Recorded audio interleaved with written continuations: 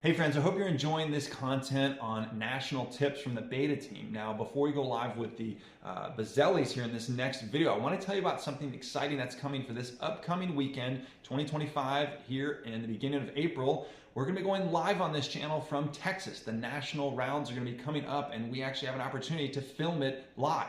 So we're going to be looking at sections. Of course, not me. I'm going to be riding, but Ray Peters has agreed to take some video. He's got his Starlink connection to try and get you guys a good stream footage, and he's going to be showing you guys what events are like and giving you about 15-20 minutes at one section, then ride to the next, another, and another, so you guys can see the different levels that are riding through, what these obstacles look like. So not only is this channel trying to encourage you to ride these events and go check out nationals, but we're actually trying to bring you footage and coverage of these things in live time. That way we don't have to edit. But I'm really excited for this opportunity. Make sure you guys subscribe and hit that bell notification so you can get notified. We'll probably test this out on Thursday and Friday at practice, and then go live somewhere around 9 o'clock-ish Central Time there in Texas, and bring you guys some great footage. All right, without further ado, here we go.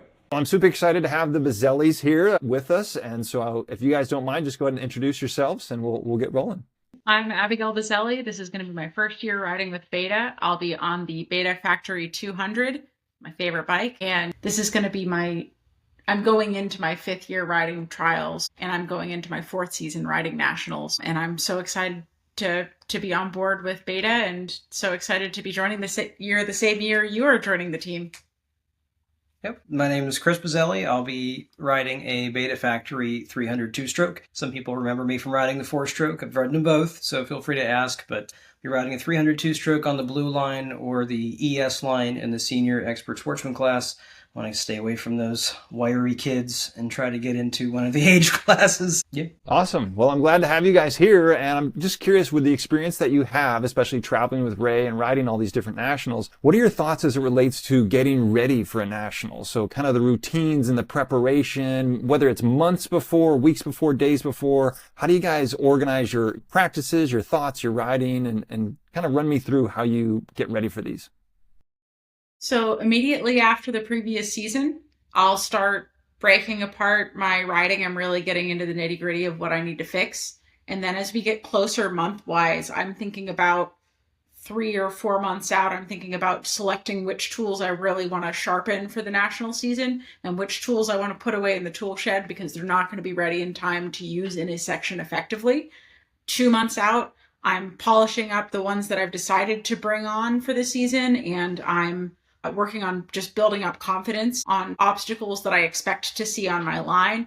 And 1 month out, I'm getting the bike ready and making sure that everything's perfect. I'm putting the final details on everything. The other thing I would say as we approach the actual minutes of the national is I'm focusing on my body and my mind in the last week leading up to it. So I'm working on going to sleep on time. I'm working on making sure that I'm hydrated, and I'm working on making sure that I eat at effective times for the national. We align our months and weeks up leading up to a national to be basically concomitant or go in line with our goals. So when we first started the nationals, the goal was simple: just make sure the bike is good, make sure we pass tech inspection, and have fun. So as we've increased as our goals have raised, so has our preparation. So we ride all year round, and then we look at the rule book and see what's going to be on our line for that class, and we practice to that line. And so usually the promoter, whoever's the trials master is going to put it on, is going to make an event for that line. So we practice to those skills, so for the blue line, I'm practicing more hops, more setups. I'm just being comfortable, being more uncomfortable. But one of the things I would like to add to the conversation is that unlike other national series that have like all these additional hoops to jump through and like undue intensity, the cool thing about the trials nationals is, I'll quote Ray on this, it's just a really big fun trial. It's a big trial. It's a well-organized trial. So while we're explaining things in like a longer detail, it doesn't mean that it's a complicated event. It's actually a very smooth running event that goes off seamlessly, and you can just be a part of it. So while we're talking about all these details, it's a really fun event. It's as serious as you want it to be, and it's as fun as you want it to be. As long as you're riding the appropriate class and you have the base level of skills for that class, you will have it. Awesome. Awesome. Well, I sure appreciate you guys sharing some of these things. I know this will be my first year riding the full national scope and traveling to different places. And anything else as it relates to kind of the jitters that sometimes come before an event, or ways you mentioned getting a good rest, but anything else that you kind of, make sure so that you have an effective and fun time? Sure, it's really easy to wake up really early the morning of the event and to eat 5 hours before you might be going out on the loop. So just paying attention to those timelines so that you don't create an 8-hour gap where by the end you're bonking, except you're out on the loop and you can't do anything about it. Food wise and water wise, that'll really keep you running throughout the day, because that's one of the only things that's a little bit different from a local. You just don't have access to your stuff when you're halfway out on the loop, and the loop is a little bit longer than locals. Yeah, well, I think we've touched on it. Other people touched on it. You naturally get a little bit more excited for an event. Doesn't matter if it's a local or a national. You're just excited to be there, and we drove there because we want to do it, right? So we're a little bit more excited. So there's a lot of ways that I deal with that. I'm naturally going to be a touch more elevated, but getting there as soon as you can.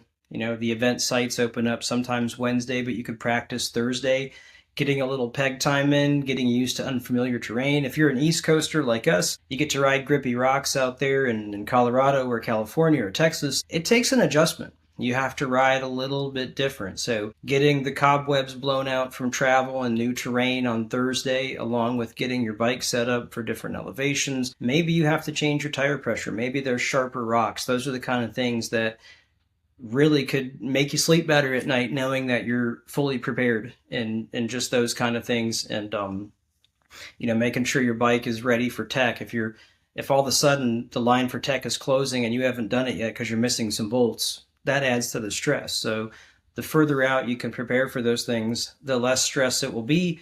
And Abigail's touched on it, kind of nutrition and eating plan. When you travel to a national, it's not the time to try anything really exotic. You might see an energy beverage at a gas station that you've never seen before, and I'm a sucker for those, and I've just had to say, no, we're not doing the Monster Explode 12,000. We're just going to keep it to coffee. And that's another thing, you may need less coffee than usual because you are amped up. Your 2 cups may need to drop down to 1 cup because you're naturally more elevated. So those are the kind of little things that just help anyone in competition, but especially for trials. When it's a game of focus, calmness, delivering technique, anything that elevates that is not going to help you. And in addition to that, when you get there early, you can network with folks that can help you jet bikes for different elevation. As everyone knows, trials is one of the most friendly communities you could be a part of. So people will readily share knowledge, and they can't share it with you if you're not there and you don't walk around. So walk around, talk to people, make friends, so that when you see them watching you in a section, they're probably worried about how they're going to ride, but you'll be riding in front of friends. So that's another nice way to make it fun and take the edge off. Just remember that everyone's there just having fun, just like you are, and it really helps. Excellent. Well, that's some great advice, and I sure appreciate you guys sharing that, and I look forward to riding my first series of nationals with you guys. So thanks, and I'll see you out there. You there? Sounds great. Look forward to it.